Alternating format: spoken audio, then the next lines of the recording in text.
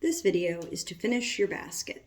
One of the first things you need to know is that your basket end should be cut on a slight angle like this so that it will sit along that top edge like this. All right, so make sure that your string is long enough so that you may in fact have enough and you don't have to add at this last moment. So holding my basket from the outside, I'm still doing the usual wrap, making sure, especially because this is the top row, that all of my stitches are nice and close. 2, 3, and 4, and 5. And if needed, another scooch, okay?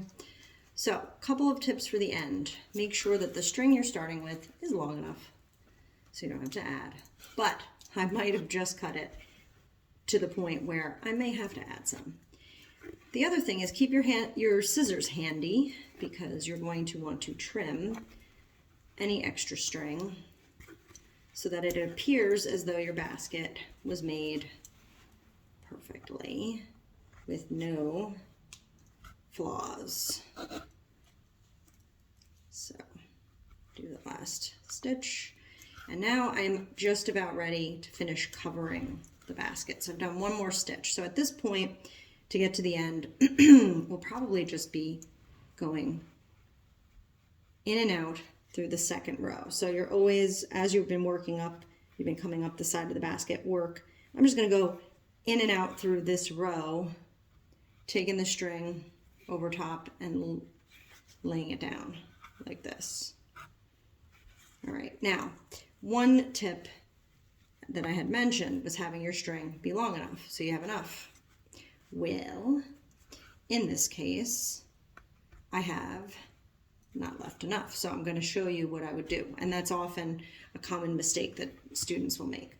So what I do is I take the string and I slide it through the needle, through the string, through the extra string, okay? If you had enough string, you're good. What you can do is you just pull it through like this, and as I said, have your scissors handy. And you can just simply snip off this little piece because now it's been tucked underneath. So I want to add a little more string. Do as we've been doing since the beginning. Just wrap it over top. And now I'm going to end up with a lot of extra, and that's okay. So let me just floop my string.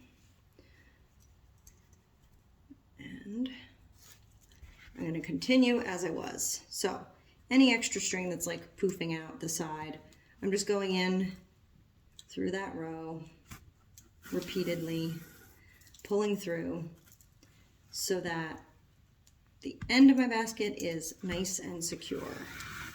So I'm just going in and out through that second row, right underneath where I'm working, until I cover up the end of the white coily thing. I just call it the noodle, whatever you want to call it, works. I keep holding it, making sure not to really overlap my strings, but until I'm just about over. And you know, each person's basket will be slightly different, however much you ended up with down at the end here. But I find that it's really important to go as far as you possibly can so that really no white is showing. So it looks like a machine made your basket. You are the machine.